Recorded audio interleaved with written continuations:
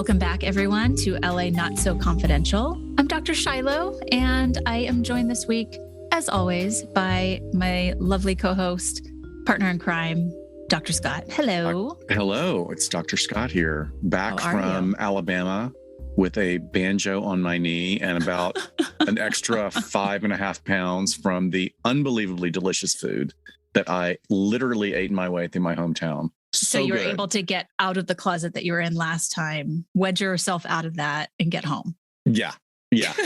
Although, like we were talking about before we started recording, the funny thing is that my sister-in-law's closet was probably one of the best sound environments ever. And I had totally. I had like this small Yeti mic that's been discontinued, but it's easy for travel. And I was like, oh, is this going to work? And our sound, great. I think we even had people commenting on how good the sound was last time. I know. Very funny. I know. Yeah, she had a huge closet, actually. So nobody was wedging their way out of that. No, I could get up and walk out. But this one I'm going to have to pull myself out of. During the recording, did somebody walk in and grab something? That was her. Or did I imagine that? Because no, I thought I saw in the background and you were just talking. And I'm like, I think somebody's in there. Look, I was so into talking. It wasn't, I felt movement at my feet and I thought, it was the cat. And I looked down and it's my sister-in-law's like big shiny head. It was hilarious. Oh, man. All right. So we are coming down to the wire of 2021. This will probably be the second to last episode. Yes. Because we're going to be releasing this in December, beginning of December, and then we'll have another one for you. However, we are only going to have one Get Vocal this month because this coming weekend, sorry guys, I signed up for some firearms training. So I'm doing that all weekend long. I will be on the range at 4:00. So yeah, we're going to do one on December 18th and it's going to be great. We're going to do our regular time, 4:00 Pacific Standard Time. And we are going to be joined by Nick and Brandon from the Tennis podcast. So much fun. We did a Get Vocal with them earlier in this year, and we are going to bring you lists of our favorite non-traditional holiday movies. So get thinking, Dr. Scott, of what your list is, and we can all argue them and bring some fun facts to the table and talk about why we love them. Yes, I have some. I already have some for the list, which is, can't wait. Me too. I definitely know my top number one. So, well, don't give it away now. I'm not. You guys will have to join us on December 18th for that. You also still have time at the release of this episode to join Patreon if you have not, because we are doing a virtual holiday party on December 10th. So please sign up. If you want to just sign up for the month and join us, you can do that. Yeah. Feel free and hang out with us for a little holiday get together. I wish we could be like in one big place all getting together, but everybody is all over the place. We have some folks that said they're going to try and join, and they're in New Zealand and all over. So this is the best part about virtual platforms. Yeah, it's pretty exciting. And other exciting stuff. Yesterday. Big news. I hope everyone's subscribed and everyone is downloading the new satire true crime podcast, Santa Maybe a Criminal. So it dropped on Black Friday. Episode 1 is out. It's called The First Day of Christmas, I believe. Is that right? Yeah. Did I mess that up? Okay. And it's going to be a blast. So it's going to be if you don't want to listen to all this bummer stuff during the holidays, I get it. You might want to just put on all the fun holiday stuff, and this is going to be a good one. So yeah, I'm pretty excited. I mean, for one thing, it's almost feels like a family event, a family affair, because Jason has been so wonderful in including all of us, asking us to be part of it. And it's also, him being from Savannah, Georgia, and an Alabama fan, me being from Alabama, there is so much regional Southern humor in it. I don't know if people will get it. I mean, they'll get the stuff that's not right. Regional, but like he just used a couple of terms that I out loud laughed as I was going through the car wash yesterday. It was very funny. It's really great, and it's just going to get better. And I hope maybe there can be a platform where we can all get on and talk about it and talk about how this idea was dreamt up. We'll have to save that, but that would be a lot of fun. I think that's a great idea. But we also have another big announcement, and congratulations to Jason, who has been just absolutely integral to upping our game as podcast hosts with his sweetening and editing and support of our work. He and his lovely wife have a new child that dropped almost at the same time the first episode of Santa Maybe did. Yes, congratulations to Jason and his wife and their son and their new son. So It's very exciting. Yeah, he's got a lot going on. He's a hard charger, as we say in law enforcement, right? Yeah, he's the hardest working man in podcasting right now, I think. Step aside, Payne Lindsay. Jason Esri is the hardest working man in podcasting. Okay. All right. Just made me snort a little bit. Sorry. So there you go. I will not comment. Let's get into our episode. Yes. So when you were traveling back last, couple weeks ago now? Yeah.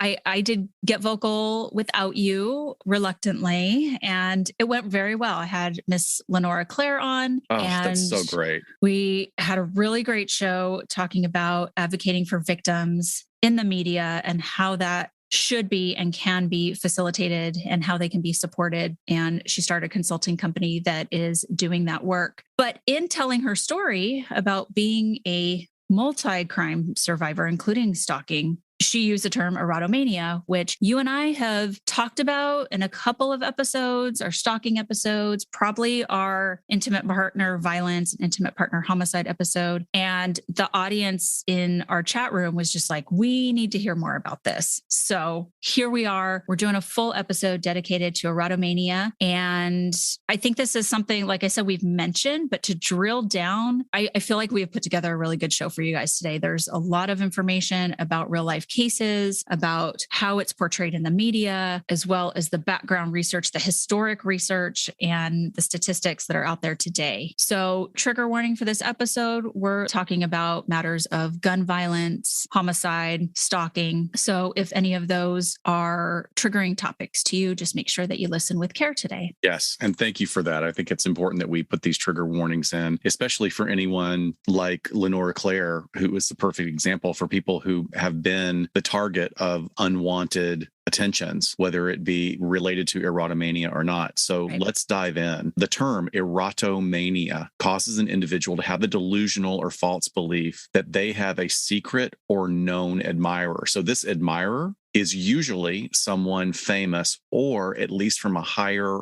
rank culturally, societally, hierarchically than the subject, like a celebrity, a politician, or even in today's world, a D-list social media influencer, right? Or a podcast host. Seriously, because we know we have colleagues who are in this genre of podcasting who they themselves have become targets, unwanted targets of erotomania. So while information and diagnostic criteria about this disorder are kind of pretty stable, the development of research over the past 20 years shows some really interesting contrasts and tangents. And just to give you a heads up of how this episode will go, we will be referring back to diagnostic criteria throughout the episode because it's important for you to be reminded as you're listening to some of the examples that we come up with. So the client is usually female. The client or subject is usually from a relatively financially modest background, having somewhat of a limited educational success. So not somebody that we really see as a high achiever. And they likely have a minimal to moderate level of sexual experience.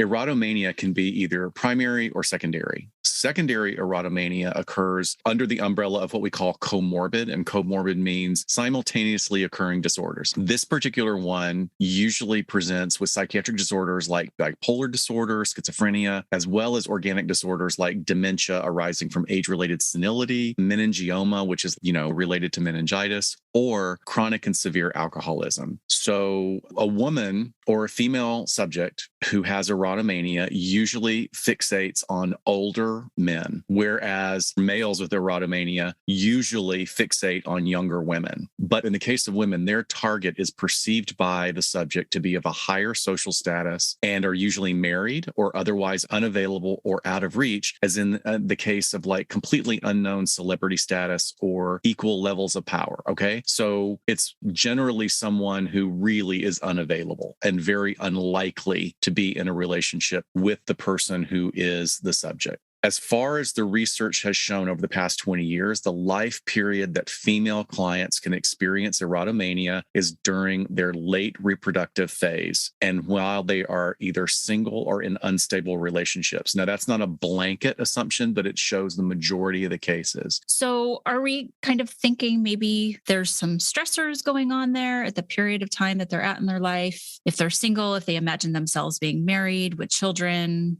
I would think so. Something I like think that? it's very interesting that you point that out because what I'll say from the research articles that I was reading, it seems like the writers are being very careful about not nailing down a reason for it. They're just Right. saying, hey, all we know is there's a correlation between late reproductive phase. So that is a lot of stressors for some women who maybe have been acculturated or have been desiring having a family. Right. Maybe that has something to do with it, but I couldn't find anybody that was willing to say that definitively because there may be other things going on that are just hormonal that may cause it. Now, it is interesting because we do have some more research coming down the pipe in this episode, which is more recent about chemical indicators and chemical instigators of this disorder, which is very interesting.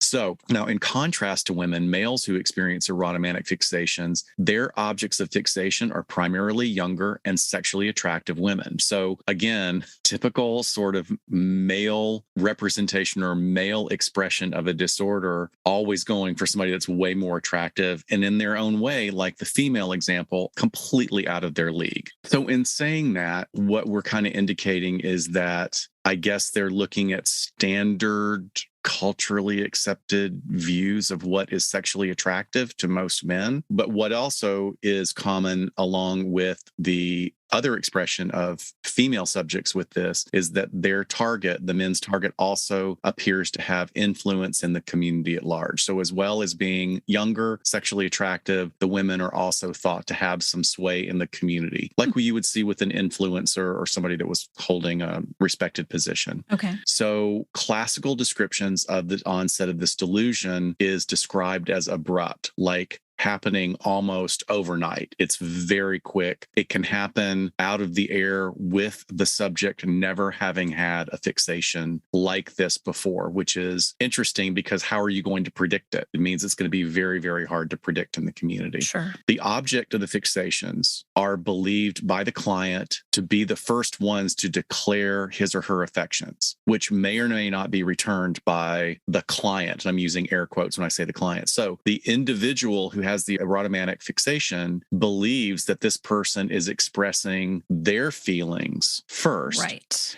And they may be all hands off of like, oh no, I don't know where this is coming from. How could this work? But then their delusion pushes that belief farther and farther to where they then fall into this assumed relationship. Very, very interesting in how that happens. It's important to remember that the erotomanic delusions tend to be chronic and ongoing despite the object's clear denials of any such love. So in the cases that I've been involved with in threat management, you can sit down and show them notated letters from attorneys or legal documents, cease and desist. This person wants no more to do with you, and they absolutely will not believe it. They absolutely will not believe it. So the other term, which is not so nice for primary erotomania, it's called old maid's insanity. Lovely. Because there's another expression of it as well that doesn't seem to be related to schizophrenia, but can be related to the onset of dementia or senility in older individuals. There's a really wonderfully written and sad chapter in a book by the same name, Love's Executioner, and it's authored by psychotherapist Irvin Yalom. It's like a required reading for almost anybody that gets any kind of counseling or therapy degree. He's written a great deal. He's a brilliant, brilliant writer, brilliant psychotherapist. And I think when he was writing this chapter, he probably understood that this is what the diagnosis was, but he was meeting the client where he could do work with her. So he would not fight the delusion, but he tried to work with it. He wrote about this elderly female client who became delusionally obsessed with her former therapist. And while the fixation was really badly mismanaged by that young and inexperienced therapist, it becomes obvious later in the story that that clinician himself had pretty significant mental health issues. And the client client misinterpreted the supposed affair and felt like it was significant and lifelong, and that he was,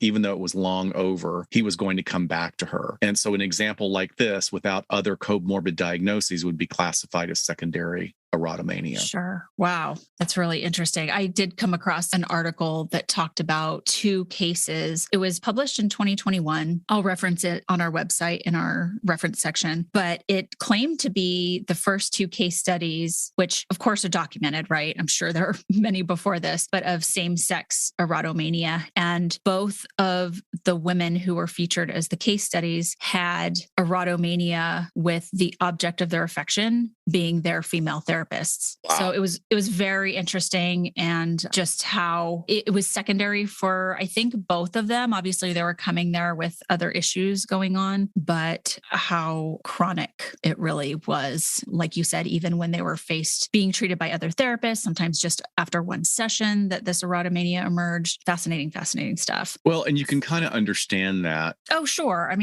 It would be easier for me to understand. Well, it just is what it is. It's not a matter of understanding. We have to look at things holistically and see a big world of phenomenology and personal experience that can express in so many different ways. But certainly within the confines of a relationship, a therapeutic relationship, you're supposed to be developing and practicing intimacy and authenticity in that process. So of course, that there's going to be the likelihood that signals can be misinterpreted. Yes. So the person with erotomania believes that the particular person that is the object of their affection is communicating with them through a variety of different means. So if the person's known to them in real life, even from afar, even let's say they don't know each other by name, but they cross paths, they work in the same place. One person works in a store that the other one goes into. The person with erotomania can believe that the other person is communicating with them, sending them body signals, certain types of glances, etc., and then start to read into that. And then if the love interest is, let's say, a celebrity or media personality whom they are never actually in the room with in real life, they can still think that they're the recipient of special glances through the television or communications via social media, even to the degree of obscure changes in the person's clothing or hairstyle or makeup,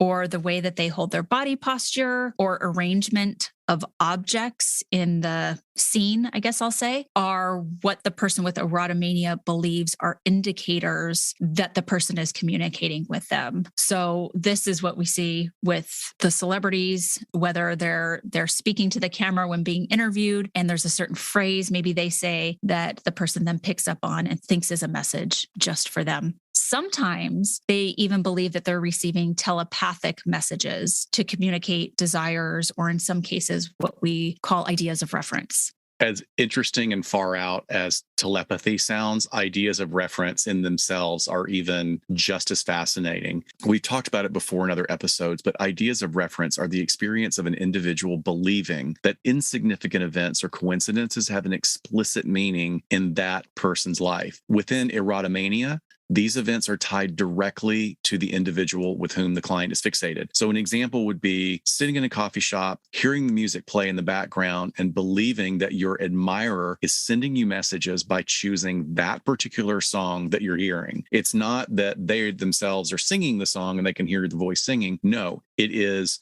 listening to the lyrics and interpreting that incorrectly, that your object is sending you a message through the lyrics, or even if there's no lyrics, maybe through the rhythm or the note combinations. The interpretation by the fixated individual is defined by the fixation that they believe their admirer has. So I'm sitting in this restaurant or this coffee shop at this moment. This song is playing right now, and it's for me because it was chosen for me as a message. Yes. Yeah. Wow. All right. So just to recap here, if we were to diagnose someone, the diagnosis would be delusional disorder with erotomanic type. The incidence of delusional disorder is rare. So that's estimated to be about 1 to 3 cases per 100,000 in the population, with erotomania subtype being even rarer than that. So just to give you guys an idea. But again, the features are generally going to include the delusional belief of being in an amorous communication with another person, There's generally no hallucinations present. And if there are, they're not very prominent and they usually relate directly to the theme of the delusion. So some maybe hearing things that other people aren't hearing, seeing the glances, not misinterpreting a glance, but seeing something that's actually not really there could be possible, but generally they're not present. It can occur with both males and females, and the object of their fixation is generally going to be in a higher social or professional standing. And the belief that the other person was the first to fall in love. And that triggers that sudden onset that you were talking about, Scott, where this just like picks up and starts seemingly out of nowhere for people. And just with all delusional disorders,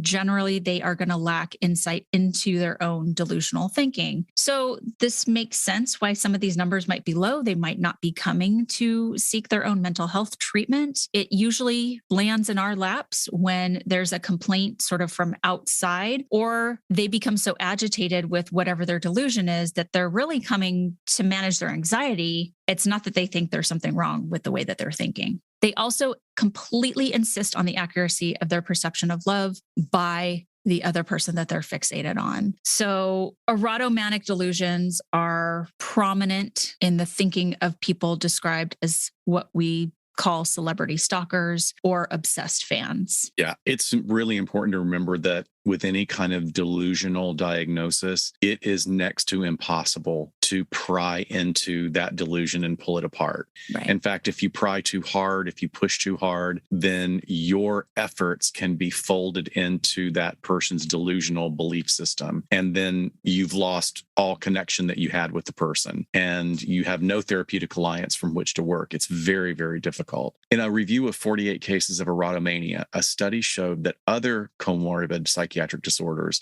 were generally present that aggravated the delusional beliefs. So this can account for the span of behaviors from relatively benign to harassing and menacing actions. In the study, it was noted that from the perspectives of the victim and the criminal justice system, the similarities in behavior patterns and actions are more significant and require more focus than relying on various and different diagnoses. So basically, they're saying, we're not really sure what it's coming from. It could be related to schizophrenia. It could be related to a traumatic brain injury. It could be related to drug use. From a legal standpoint, we're going to focus on the behaviors because that's how we're going to assess whether or not there's a risk. So research shows that behavioral actualization of their delusions, while it might be initially benign, it places the risk of violence in a higher risk category despite our inability to actually predict with complete accuracy. Yeah, this is, as we got into this, it seems so clear cut, but remember, it can be primary or secondary. It can be primary where it's standalone. Right. That's it. It's the only thing the person's ever suffered with, or it could be in conjunction with some of these other disorders that you're talking about. So let's back up and talk about where we even get the term erotomania. Yeah. As with most scientific and medical descriptor terms, we know that the names generally come from some sort of Greek or Roman mythology, which Scott is very good at educating us on. So the name comes from the Greek god of love, Eros, who is the son of Aphrodite. And in Roman myth, he was Cupid or Amor. And while Mama Aphrodite was associated with love, lust, beauty, pleasure, passion, and procreation, Eros was understood to be more mischievous and the disobedient god of love. Eros was fiercely loyal to his mother. I kind of smell a Freudian thing happening here. Just a bit, just a bit. But he was known to be the deity who quickly instigated the flame of love in both humans and gods. He ignites the flame of love in the hearts of gods and men, armed with either a bow and arrows or a flaming torch. I just always start laughing because somebody did a great meme on Twitter that describes all the soldiers fall on the ground into an orgy. Cupid says, "Oh shit, I'm sorry. These are the only arrows I have." Nice. So that's does he one have way to end different a war. arrows for different things? Yeah. Or... Wow. Well, the historical researcher that made erotomania its own phenomenon was Gaetan de Clerambault, for which Clerambault syndrome was named. And he obtained his medical degree in 1899, and then he became an assistant physician at the Special Infirmary for the Insane, which was in France. And by 1920, Clerambault was the head of this institution. He was the first person to describe de Clerambault syndrome as a distinct disorder in 1921. He distinguished it as its own standalone phenomenon and not a symptom of something else like schizophrenia. So he was really parsing this out. And he was also a photographer. And his passion for photography resulted in thousands of photos of patients being taken between 1914 and 1918. And this was really seen as a significant contribution to the study of mental illness by essentially preserving images of patients at the institution, which wasn't really done before that. And this was part of a larger research project involving individuals exhibiting symptoms of hysteria. So I'm guessing he was doing a lot of this work and he had a lot of female subjects, because we're talking about being treated in a mental institution in the 1920s for hysteria. It was probably pretty prevalent to him that this was something that was going on in women. However, he was not the first individual to observe the phenomenon of erotomania, as it had been theorized and described in various forms going all the way back as Hippocrates. And then Freud, around 1911, commented that this disorder was a defense mechanism, of course. Which was employed by the sufferer to avert homosexual urges or instincts, which in turn results in enduring feelings of paranoia, denial, displacement, and projection of love, I'm assuming. That's very interesting. I mean, once again, I do think that from a psychoanalytic perspective, erotomania is a fascinating subject to see just how, the idea of power and sex versus annihilation. But in this particular quote, I mean, that's avert homosexual urges or instincts. That just makes no sense to me. But if anybody out there is more psychodynamically oriented than me and can give us an explanation of that, that would be great. Yeah. Sadly, Clerambault died by suicide by the use of a firearm in 1934. He really played a great influence on many prominent European mental health professionals in the 30s and 40s. And I couldn't find any explanation about why he killed himself, unfortunately. Very sad. It's always sad, but he contributed a lot. Moving on to the idea of treatment for this. Again, we've said fixed delusions are very, very hard to treat. And while antipsychotic medications can sometimes turn down the pressure or the permanence of the delusion, shifting it into sort of a memory state, long-term psychiatric hospitalization or incarceration has not been shown to be a consistent solution. So there's a lot of things where we talk about, when I'm doing a quick evaluation and looking at a long history of a person's behavior in the community and their history of treatment and mental illness, one of the things I'll do in my brief evaluation is state what I believe at this time of my interaction with this individual, what is the prognosis? And it'll be prognosis good, prognosis unknown, or worst case scenario, prognosis poor. Right. And generally with people working like this, the prognosis is pretty poor. I've had the experience of working with psychiatrists at the VA, consulting on cases that have come across my desk, and they feel the same way. They say that they can give an antipsychotic medication like Risperdal that will do that. It'll turn down the noise a little bit. Right. But if the person's not compliant with the medication, then, it's not going to have much long-term efficacy. And generally what I was reading was that it will turn it down in the sense that the person, if they've been acting out, will stop the behaviors, the risky or unsafe or, I don't know, concerning behaviors, I guess, especially if it's towards someone else, but they will still believe the delusion ultimately. Right. So maybe what's happening is the medication is allowing some inhibition as opposed to disinhibition that is experienced in the full expression of the disorder. Yeah. So there are some non-pharmacological treatments that have shown a little bit of efficacy. There's ECT, which is electroconvulsive therapy. It's not the old shock treatment. It is done when people are under anesthesia. It's a lot more gentle. It's been very successful in treating depression, which there also is historically a link between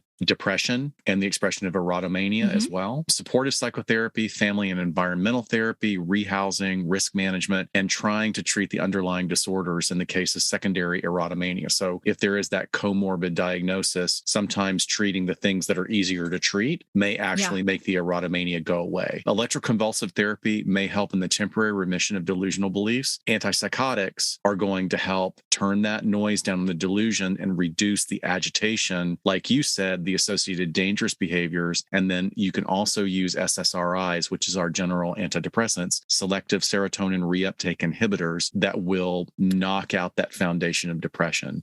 So patients with erotomania were also found to have structural brain abnormalities, such as heightened temporal lobe asymmetry with increased volumes of lateral ventricles. Now, the question there is, did that happen organically? Is that something they were born with? Or did the secondary diagnosis create environmental factors that then affected the structures? That seems to always be sort of the which came first, chicken or the egg problem in diagnosing. This particular study did not differentiate whether this was with primary or secondary. So we could be seeing, what also is very similar to what we see in patients with schizophrenia. So it might be the more dominant diagnosis. However, there is another interesting theory, which was where I put a pin in earlier when you were talking about sort of when a male is impacted versus when a female is impacted and who they are interested in as their subject of erotomania. And Dr. Martin Brune, who is a psychiatrist at UC Santa Cruz, theorized in the early 2000s that some examples of erotomania may be explained in terms of evolutionary theory. He opined that the disorder is possibly a pathological variant of a specific sexual strategy that evolved under selection pressures of human survival adaptedness. So when you were talking about women are looking for men of higher status, they're generally older. I'm thinking of, okay, who can provide for me? Who can provide stability for my life? Those sort of things. And men are going to younger, who they perceive to be more attractive women. If fertile. Yeah. They're talking about fertility. Who can carry on my seed? Who is young and healthy and can still have children? Dr. Brune says that the individual's thoughts translated into behaviors are then related to the pursuit of long-term mating and preservation of the genetic line. He uses this theory when he looks at forensic cases of erotomania showing up in men specifically. Additionally, he theorized that the client's delusional misinterpretation of perceived signals from their interpersonal and social surroundings stem from their poor reality testing. So reality testing is like the ability to see a situation for what it really is rather than what you hope it to be or what you fear it might be. It's really how good are you at knowing what reality is aside from your own misconceptions. Perhaps. That is fascinating because that reminds me of when you had come back from Reed Malloy's training about, was it psychopaths or sexually violent predators, or was it specifically rapists? It was psychopathy. It was doing psychopathy assessments. So can you give a bullet point on what that was? It was about that psychopaths can be more sexually active because, isn't it because since they are missing the part of their emotional functioning to actually be in real relationships, they have to find a different way to spread their seed. And it usually comes out. Am I saying that right? No, yeah, you're right. This was 10 years ago because I was pregnant when I went to the training. Baby brain. So yes, thank you for refreshing my memory. But yes, that course was specifically on that, but the idea with adult men who sexually assault women, adults, is, that there is some sort of evolutionary theory to that where they're trying to have as many sexual partners as possible. It's sort of theory, and then it kind of mashes into, well, is this a cognitive distortion of theirs? Is something that they're sort of believing? So it's in between all of that. That stuff is fascinating. When we talk about the why. So how does this turn to violence when it comes to the intersection into true crime? Yeah, because I can't imagine they're all violent. Like every erotomaniac acts out violently. No, I think like a lot of high functioning delusional disorders, is there are cases of this that we're just never going to hear about. Right. Because it never rises to that level. And, where someone is actually acting out, and where do you draw the line? There can be people who are erotomaniacally fixated on celebrities or people and write thousands of fan letters. But if nothing dangerous is ever said, is it going to reach what we would consider a threshold of threat and risk assessment, right? Right. Yeah. So as we get into the cases of erotomania, sometimes do result in criminal or violent behaviors. And most of the time, of course, we see the worst of the worst, which then turns into crimes of stalking, assaults, murder, and attempted murder. Right. So how does a delusion cross over? And I think it's really interesting to look at what Dr. Chris Mahandi has had to say about this. And we've talked about him before. He's a forensic psychologist, expert in the area of threat assessment and stalking cases. I think Lenora and I talked about some of his work because she works closely with him and they end up doing a lot of media stuff together. And what he says is that what most often happens is it ends up turning violent when the stalker with erotomania perceives that the subject of their infatuation has somehow damaged the fictitious relationship. So to me, I automatically think of Rebecca Schaefer. Like the second she did that movie that was just a tad bit sexual and her stalker was not having that because that did not live up to what his vision of who she was and who he had been the girl next door up until that time, right? Yeah. What the relationship was, boom. Like that's when he decided to do what he did in taking her life. So it's either that situation or Dr. Mahandi says that when the stalker realizes that their affections will never be reciprocated for whatever reason. So he assesses that this is basically a deadly trigger that is steeped in delusion and narcissism. So the narcissism piece is that,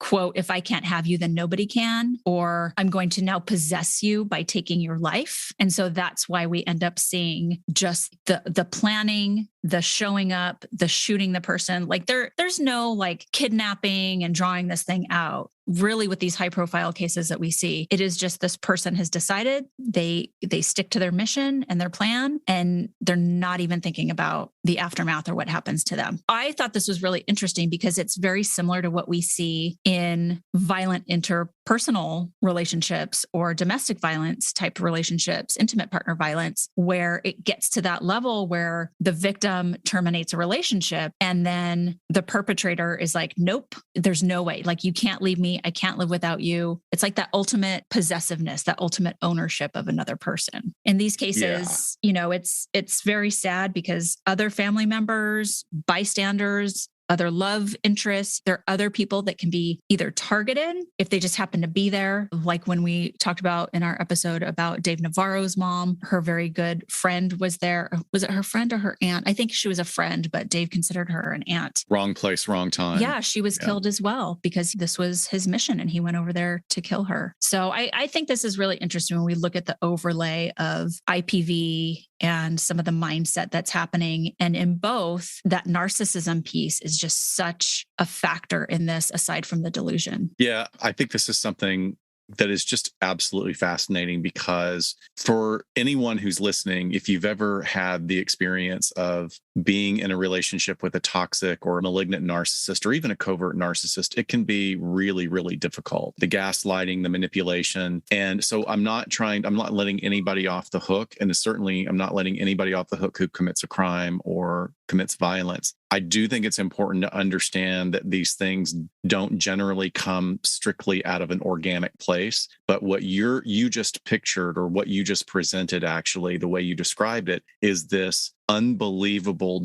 desperate fear of abandonment. Yeah. So that happens in people who don't have delusional disorder, right? Oh, sure. If I can't have you, nobody can. And I'm going to take out everybody that I feel is threatening my safety. And I'm in such an impulsive state right now, I can't possibly even slow down to see what's going to happen to me as a result of these crimes I'm going to commit or these behaviors I'm going to act out. I just think it's fascinating. And do we see those fears of abandonment with narcissists? Because I was thinking it was more of just this entitlement of, I'm entitled to this. Yeah, but remember, person in my life. clinically, that always comes from something. Mm. Like people aren't, I mean, there probably is some organic structural issues in people that are developing in the cluster B, or what we used to call the cluster B area. But when we talk about how a narcissist develops, that narcissist developed because they figured out very early that they actually were less than. And they had to create this elaborate defense mechanism. So sometimes the defense can be, I don't really care about you abandoning me. But many times, like if you keep getting abandoned by the people that are your narcissistic source, then you have nothing to draw your energy from. So that fear of abandonment may be perceived by the narcissist in a different way, but that's a whole other podcast. But no, that's great. That's great. So it's both and instead of either or. Yes.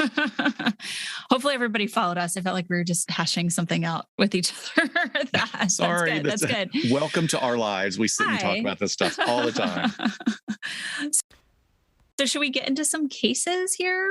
Yeah, I mean, without going too far into, we've got some really famous ones I think that we should cover. Yeah. Just as pretty good examples. Let's touch on these. One of the most famous cases is that of John Hinckley Jr., the man who attempted to assassinate then President of the United States, Ronald Reagan, in 1981. And Hinckley's erotomania was focused on actress Jodie Foster. He became obsessed with Jodie Foster after watching the movie Taxi Driver. And when Foster attended Yale University, Hinckley moved to New Haven, Connecticut, and stalked her. And while it was clear that he was fixated on her, it does not appear that he experienced ideas of reference, as we had described earlier. There's conflicting information regarding whether or not he actually had 2 phone conversations with Miss Foster, as he has claimed. Quote, he said, over the past 7 months, I've left you dozens of poems, letters, and love messages in the faint hope that you could develop an interest in me. Although we talked on the phone a couple of times, I never had the nerve to simply approach you and introduce myself. The reason I'm going ahead with this attempt now is because I cannot wait any longer to impress you.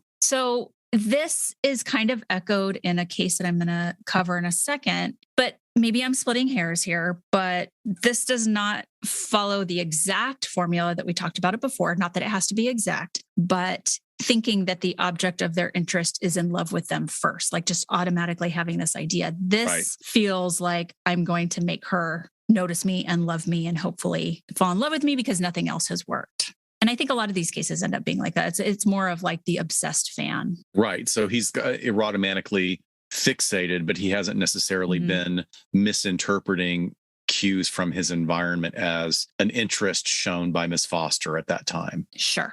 Okay. So another example of someone who had another additional diagnoses, several diagnoses, was Mary Margaret Ray. She's deceased now. She stalked and was fixated on both David Letterman and Story Musgrave. So this is an example of secondary erotomania because she was diagnosed with schizophrenia as well as the fixed delusions of these 2 individuals. Story Musgrave, yes, a very distant relative here. Margaret Mary Ray experienced a relatively late onset of schizophrenia during her first marriage following the final birth of her 4 children. During the investigation of her background, following several interactions with the police and medical providers, it was determined that multiple close relatives in her family had also been diagnosed with schizophrenia. Just very, very sad. Maybe not because of the late onset, they weren't aware of how intense the illness was. She became convinced that she was in a relationship with David Letterman, going so far as to claim that her 3-year-old son was his. And after finding out where Letterman lived, she stole his car, kept coming onto his property, breaking into his house. She was arrested a total of 8 times over several years for trespassing on his property and other counts as well. She claimed she left cookies and an empty Jack Daniels bottle in the foyer of Letterman's Connecticut home. For some reason, that was significant to her. Okay. Why she needed to do that, not really sure.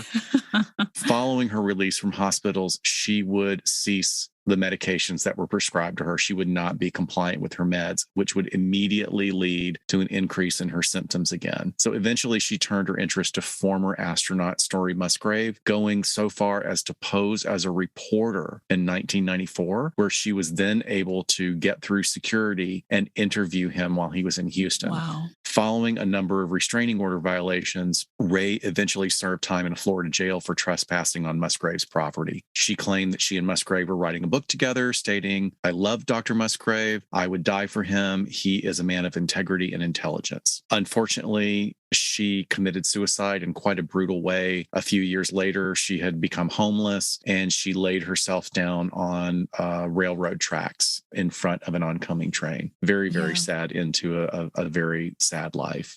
Yes, definitely. And just the, accounts of David Letterman trying to be as kind as he could because of her mental illness, knowing he really that. did. I mean, he kind of made it into some light jokes on his show, but he never identified her. Right. And it would always be like the top 10 list of like changing my security codes so that somebody can't break into my house, Yeah. Oh, that's interesting to put it out on television, because how is that feeding into her, Right. But from what I understood, there wasn't really like calls to press charges or be harsh on her criminally and things like that from him. So a more recent case, which I wanted to spend some time on, is the case of Christina Grimmie from 2016. And Christina Grimmie was a 22-year-old singing contestant on season 6 of The Voice. She came in third that season and was really on her way to becoming a very popular recording artist. And the way that she got her fame prior to The Voice was YouTube, of course, right? Because kids that are teens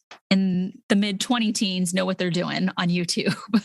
And she started posting herself singing covers of other songs and was very successful, like 3.5 million subscribers. She was also a gamer, so she was kind of known for that in that world as well, and a devout Christian. Mom, dad, brother who would go on the road with her. He played in her band. Just a wonderful family, wonderful story. And in 2016, she opened for a band called Before You Exit, and they were a local pop rock band from the Orlando area. And they were doing a meet and greet after their concert in Orlando at the Plaza Live, which is like kind of a mid-level concert venue. And she was shot dead by an obsessed fan as she went to basically give him a hug because he said nothing. And her brother said, that was kind of her way to break the ice. If a fan felt intimidated or didn't know what to say, she would just open her arms to give him a hug. And he fired 5 shots, hitting her 3 times. Her brother immediately tackles the shooter, and the shooter takes out a second gun and kills himself.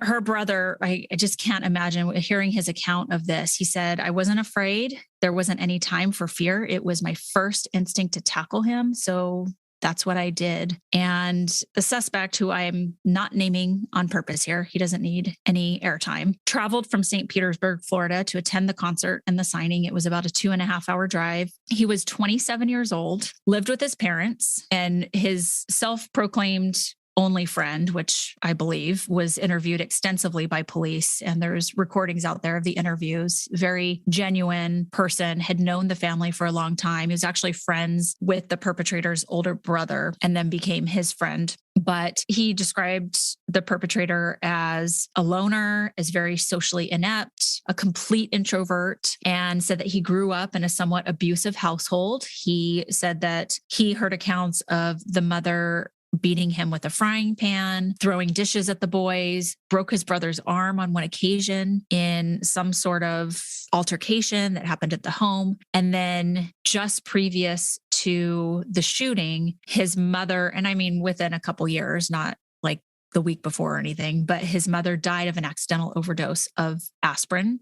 And supposedly the perpetrator, the shooter, had a lot of mental turmoil over this because his relationship with his mom was so conflictual that he had told her on occasions that she should kill herself. So it was ruled accidental, but there was kind of this very complicated feelings about it. And then his dad got into a new relationship after the mother died, and the cops were at the house all the time for domestic violence incidents, a lot that were fueled by drinking on both parties' accounts. And so he would just retreat into his bedroom. But there was obviously a lot of trauma and chaos going on around him. So his friend that had been interviewed by police after the shooting talked about how he got him a job at Best Buy where he worked. And there was a lot of difficulties with him interacting with customers. He was never rude. He was always polite and fine with them, but they moved him around to several positions because he was just really inept at engaging socially with the public. So finally landed him working at the Geek Squad,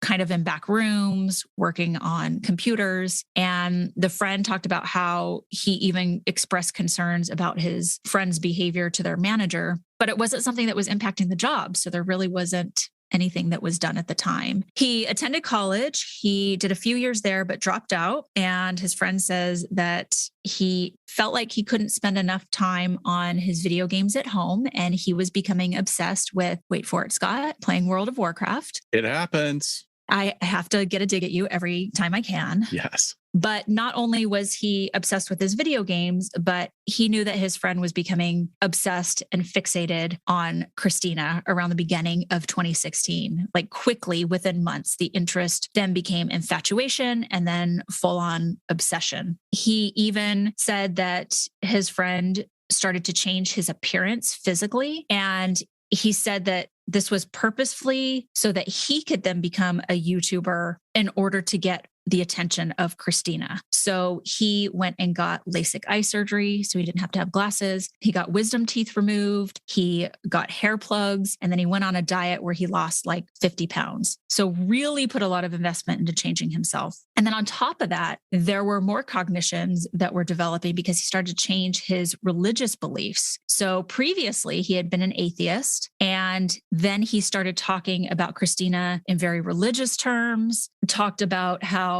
if there must be a God because she existed, and claimed to have seen God in her on his computer screen. So I don't know how much of that was this a hallucination he was having, or is just in line with the theme of what's going on? Or some of that, what we were talking about before, misinterpreting something that's coming across. Did he start to feel that she was communicating with him via her videos? Yes. And so the friend specifically, while being interrogated by the police, they said, did he say he was like going to go plan and meet her and that they were going to get married and like that sort of stuff? And he said, well, yeah, essentially. And he said that she was his soulmate. So his friend did try to challenge the delusion a little bit with him and say like, hey, this is unrealistic that you and the star are going to get together. And the shooter, he was really offended. He said, if you're not going to be supportive of me, then I can't be your friend. And on his last day of work, the day before the show and the shooting, he went to work. He returned some magazines to his friend, and then he grabbed him by the shoulder and said, I love you, brother. I'm tired and I'm ready to ascend. Where do we hear that language from? Heaven's Gate. What else ascend? A lot of it's very cultish, right? Think of boys in front of their computers in their mom's basements. Oh, incels. Yeah, yeah. So I don't know. I mean, it's up for interpretation, right? But that's definitely language that incels use. So I don't know. There was nothing else. He destroyed his computer hard drive, so they couldn't access that. But there was nothing else to indicate any incel ideology. Yeah. I mean, it's interesting. I mean, we talk about that in the presentation that you and I do on incels.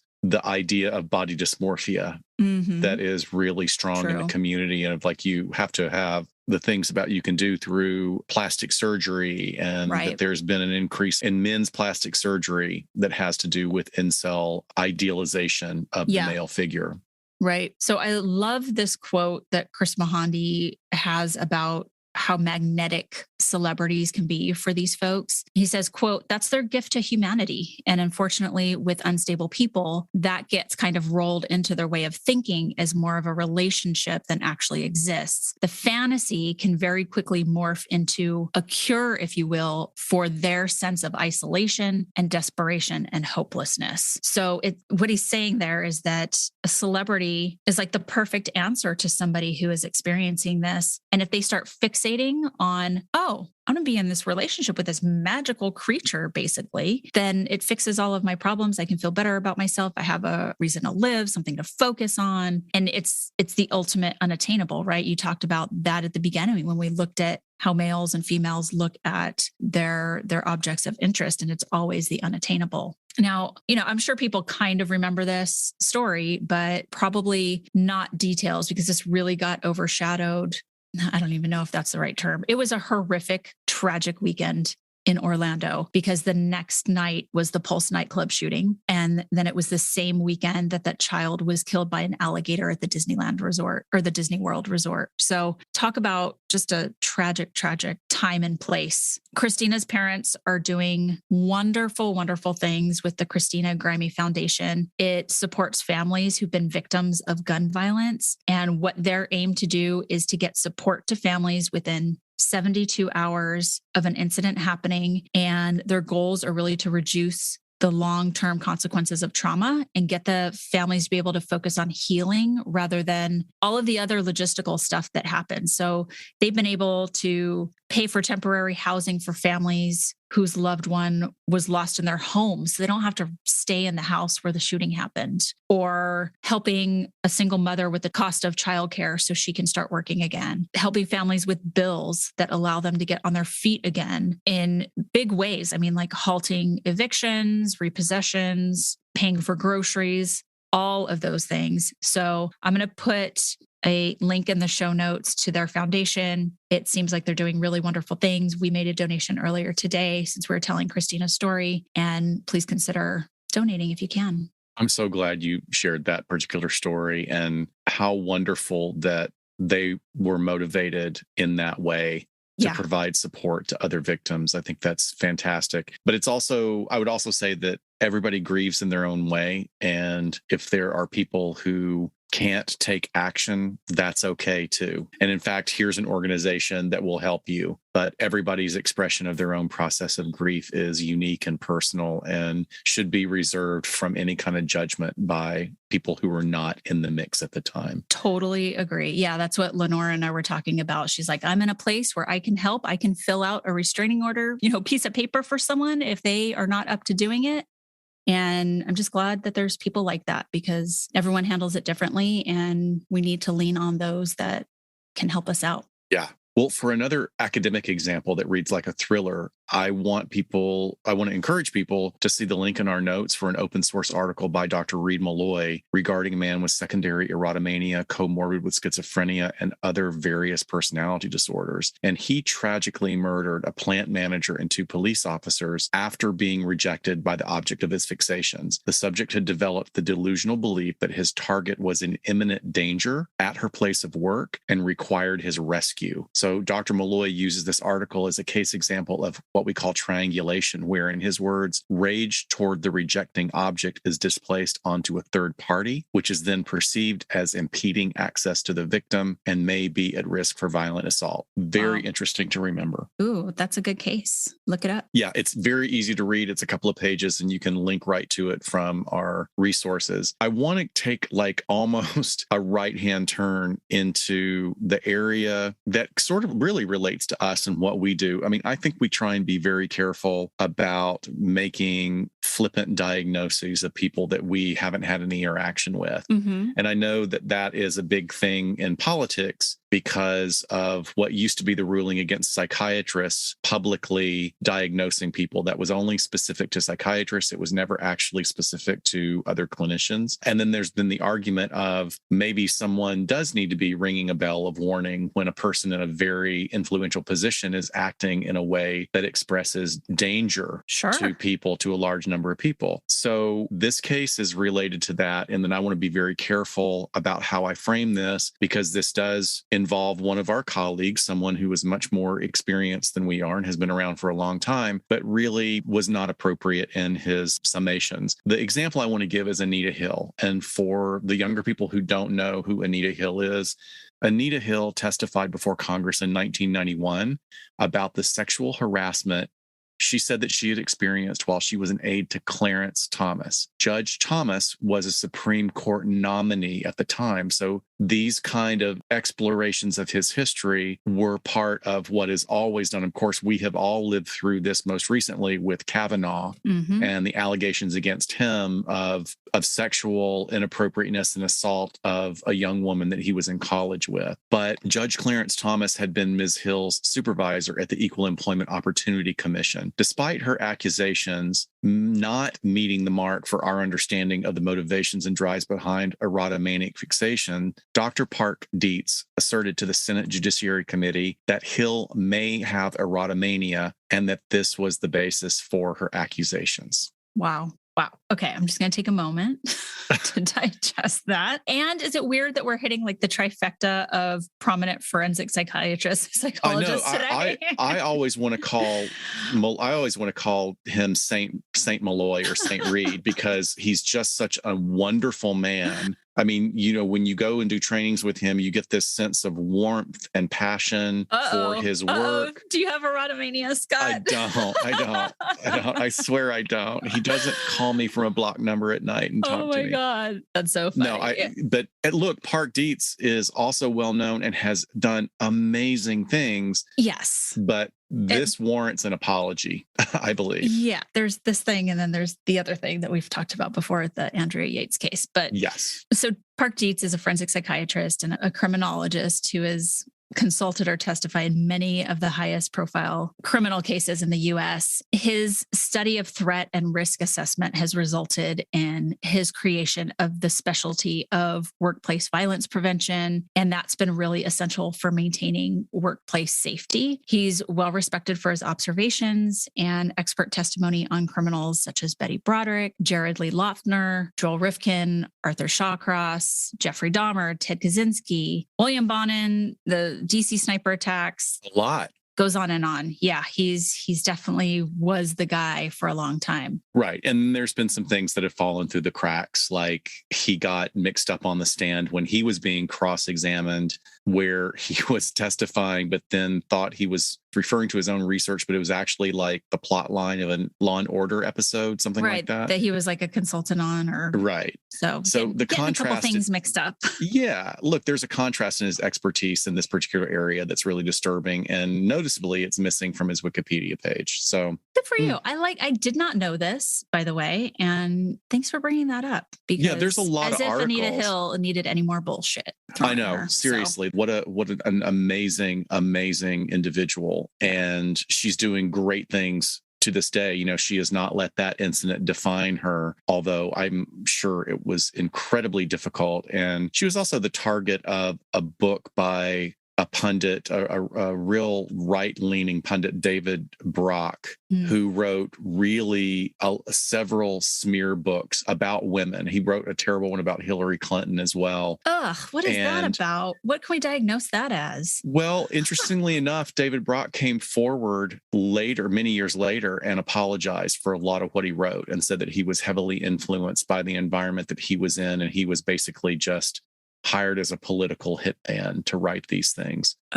So, but that's once something's written, and it's in a book and someone picks it up 20 years from now, are they really going to go and figure out that it was all a piece of crap writing? I don't know. So anyway, I wanted to give a good example of a case study of something that I have worked with. I have de-identified this. So while everything is congruent with what actually happened, I'm not providing any information that would allow any listener to be able to identify who this individual is. But we got a case referral for an individual who is a background actor, or what we call out here. We call him background because it sounds a little less demeaning than extra. It's a person who is a performer, doesn't have any lines, but they're in the background of a scene in television or a movie. So this background actor believes that he is getting messages from a celebrity that is in the movie that he has been hired on as a performer. It was a movie being shot in Europe with a major American female star in her late 20s, very attractive, at the top of her game. In the script, the actress engages with one background actor or character, a doorman, that she simply acknowledges with a head nod. There's no dialogue at all. The scene requires several takes, so repeating it over and over again. Open the door, walk through, pick up your mail, nod to the doorman, over and over and over again. So it requires several takes. It's completed. Production moves on to the next scene. The background actor becomes fixated on this interaction, and within days, he now believes that the music playing in the coffee shop he frequents is delivering messages to him from the actress. Later, during the evaluation that I performed with him,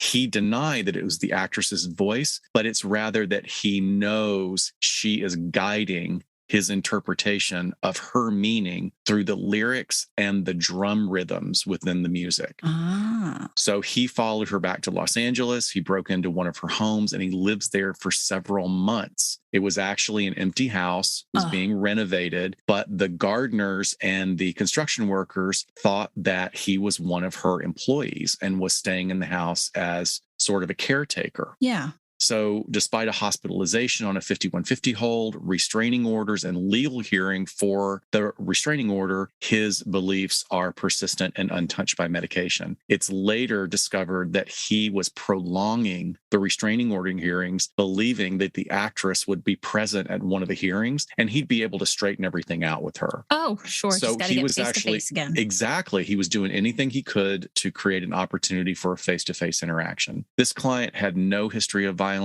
He claimed no interest in any kind of violence or retribution, had a history of one relationship, average student, not very successful in other areas of his life, although a very, very talented painter. And he had decided not to pursue it as any kind of career, like didn't actually even see the amount and depth of talent he had as a painter. He eventually returned to his home country and we've had no further communication with him, and he's made no more attempts as that we know of with that actress, and she stays in touch with our unit to manage other issues. Very interesting case. Yeah, with as much as you can say, how did he present? Like what kind of, just non-clinically, what kind of vibe did you get talking with him? So interesting, a particularly attractive individual. Okay. Like disarmingly attractive, and really held it together for about 10 minutes. And then once you start poking at the delusion, it all kind of falls apart and we get very upset. Yeah. And make accusations against us as evaluators, as people that were trying to provide support and treatment. But no weirdness in the first few minutes. It's more like, what does your day look like as a citizen of the US? You get up in the morning, you interact with a number of people. Maybe you're stopping to get coffee, maybe you're stopping to get gas, you go get groceries. Your interactions with the majority of people are never more than like 30 seconds, right? Right. Yeah. So a lot of people don't have to hold it together in that way for very long. Sure. And this is one of the things that we see in doing evaluations, especially for court competency, or maybe when someone is a potential for guardianship. I always say, just give it time. Just keep asking questions. If you keep asking questions, you're going to see this rise to the surface. Very, very interesting. Thanks for sharing that. So if this is more prominent in women, what is with these high profile acting out violent incidents? They're almost always with men, right? I mean, can you think of any where there were female perpetrators? I'm probably missing one. There's probably got to be some that I researched. I mean, the one that we would see, and we get calls on this for the work that I do, is we will see women with fixations and erotomanic beliefs, like really all those bullet points we talked about, and they will trespass. Like they'll go and they'll sit in the yard, or they'll break into the house and put the celebrity's clothing on, or they'll take a shower, lay in their bed, make themselves a sandwich, lay on the bed. But then, and they may argue, but they don't get violent, even when they have comorbid diagnoses like schizophrenia or another delusional disorder or personality disorder. But it just tends to be the men can be pushed to acting out in violence, at least the big cases that we see. And we have to also admit that, like, look, we have a particular lens, right? We're looking at this, we're looking for crime. Right. So again, there may be plenty that happen that fade, or they get reoriented towards another person. Sometimes the interest will fade in that one person and they'll find another object to become fixated on. Right. Well, I really think men are more prone to violence when we look at crime overall anyway. So right. And I really do wonder if it has to do with drug use. So, I mean, there are more substances being used, cannabis being legal at dispensaries at very, very high dosages.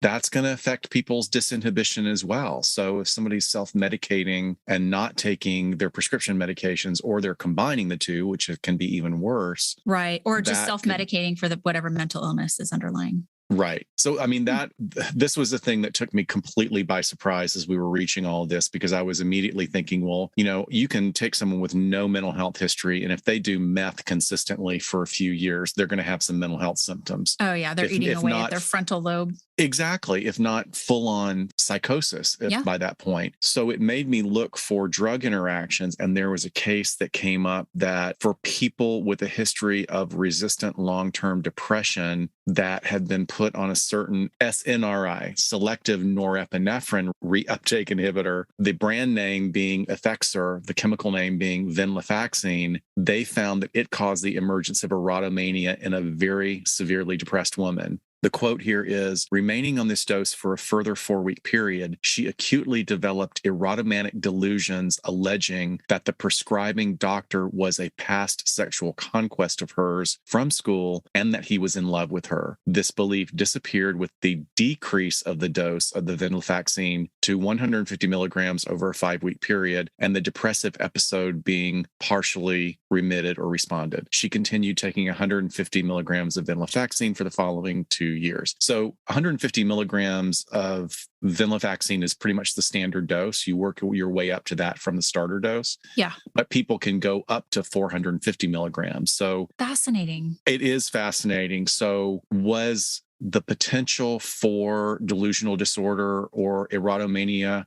there all along, and she was just completely without energy or volition or motivation due to the predominance of her depression? So the depression got pumped up and disappeared so quickly due to the chemical interactions, and she's just inhibited. I don't know. It's fascinating, though. It is. I mean, what an interesting case study. And what is the interaction with the chemicals there? I don't know. Right. Wow. And also, let me say, venlafaxine is a great medication. The nickname for Effexor is side Effexor because the side effects are pretty strong. However, for people that have what we call like catatonic depression or lethargic depression, this is an activating antidepressant that can be very helpful. So I'm not dissing venlafaxine. This was one example of one person who had this particular reaction. As I will always say, do not alter your course of medications unless you have consulted with your doctor. So please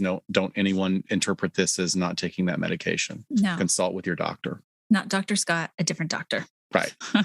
So let's talk about some movies or TV shows where we've seen this. We covered so many stalking depictions in our stalking episode, but one that I thought was the most accurate depiction of erotomania is a French film. It's called He Loves Me, He Loves Me Not. I think it's from 2003, and it stars Audrey Tautou from Amelie, Tattoo from Amelie and Da Vinci Code. And she's a young art student and basically leads all of her friends to believe that she's in a relationship with a married cardiologist who's about to leave his pregnant wife for her. And so what starts off as kind of what you think is a sweet romantic French film quickly turns into Crazy Town. And she starts to spiral after one particular incident where she's convinced herself that they're going to run away to Italy together. And she goes to the train station and waits, and he never shows up. And it's from that point, the film is kind of through her lens where you don't really know what's real and what isn't,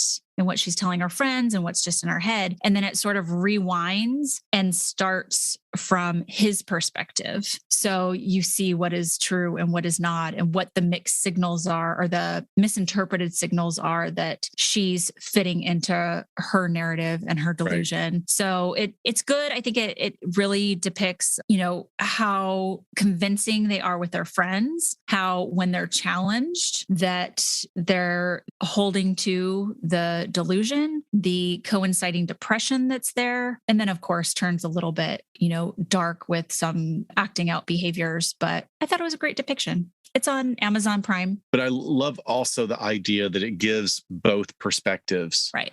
so that you actually see objectively what's happening for the other person and how everything's been misinterpreted. There's another couple of older films that are really great. One of them is called The Fan. There are several movies by that name. Yes. This is one that was a thriller and sort of a cheap thriller at the time in the 80s, but it's actually really good. It's with Lauren Bacall and Michael Biehn, and she plays a Broadway actress who is sort of reviving her career that used to be a movie career, which is very much what Lauren Bacall's life was at the time, because she had been a huge star in the 40s and 50s. And in this film, he is a record salesman who is just an obsessive fan of hers and goes to see all of her shows all the time and has seen them multiple times and follows her obsessively, and he writes her over and over again. And he really does believe he's got this relationship with her. And they don't go into sort of any kind of hallucinations or misinterpretation, except that he has this idea that he's her peer in a way.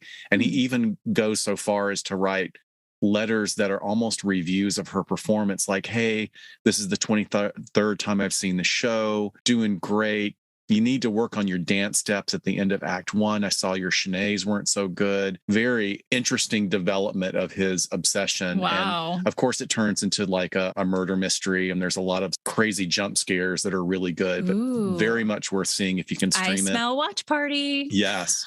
Well, if we're going to do Watch Party, my choice would be another one, which is Play Misty for Me. And it's an amazing film from the 70s with Clint Eastwood and the recently sadly deceased Jessica Walters, who you will recognize as Lucille Bluth from Arrested Development. Yeah. She was a major talent and an actually really stunning young actress that did a lot of different things dramatically when she was young. And this movie was really one of the first of its kind to present a disorder such as erotomania or borderline personality disorder. That's where you kind of a little bit of an overlap or a comorbid diagnosis in watching it. But it was the first of its kind to present this in a woman, and it was a major precursor to thrillers such as Fatal Attraction. Yes. So like I said, her character also presents with features of borderline, but really with an emphasis on this psychotic belief that they were meant to be together. Wow. So yeah, we should put this on the list for a watch party. Okay. That sounds like a great idea. I know that's one of my mom's favorite movies. Did you ever see Nurse Betty? I did not watch Nurse Betty. No. Nurse Betty is Greg Kinnear, and why am I blanking on her? Nurse Betty, nurse blonde actress.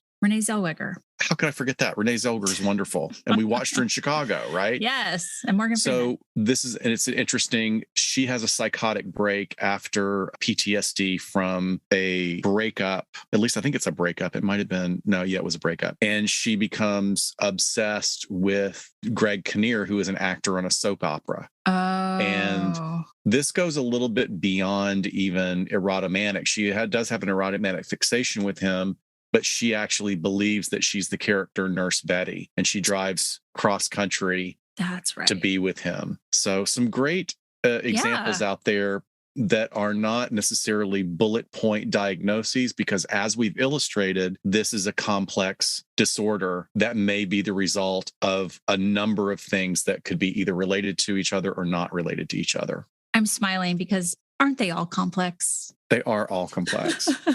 Sometimes you just want some run-of-the-mill anxiety. I know. Just give me some good old anxiety. Well, great job. This was a good one. Very, very nice. Fascinating. I can't wait. Well, we're going to have to, I know we don't have a Get Vocal because you're in training again, but we've got to pull this back in for another Get Vocal. Maybe we can, after another episode, we can have it, because I think a lot of people will have questions. I think so too. All right. Sounds good. Thank you so much for spending some time with us. I was going to say this afternoon, but whenever you're listening to this, and hope your Thanksgiving went well if you chose to celebrate that. And we have the holidays coming up. So everybody just breathe deeply and enjoy. And we will see you next time on LA Not So Confidential. Bye-bye. Bye, folks. We sincerely thank you for spending some time with us today. LA Not So Confidential is part of the Crawlspace Media Network, and each episode is hosted, produced, and edited by Dr. Scott and Dr. Shiloh. Our music, entitled Cool Vibes Film Noir, is utilized under a Creative Commons Attribution license. Cool Vibes is composed and performed by the amazing Kevin MacLeod, who graciously allows us to use this great piece of music. Please check out his YouTube channel at handle 1HMNC. All of the resources for each episode can be found on our website at www.la-not-so-confidential.com. You can find us on Instagram at LA Not So Podcast, on Twitter at LA Not So Pod, and on Facebook at LA Not So Confidential. Please hit subscribe so you never miss a new episode. Lastly, we'd be honored if you joined our Patreon at patreon.com/LA Not So Podcast, so you can be the first notified about upcoming live events, social gatherings, and super cool swag coming your way. Thanks for listening, and we'll see you soon.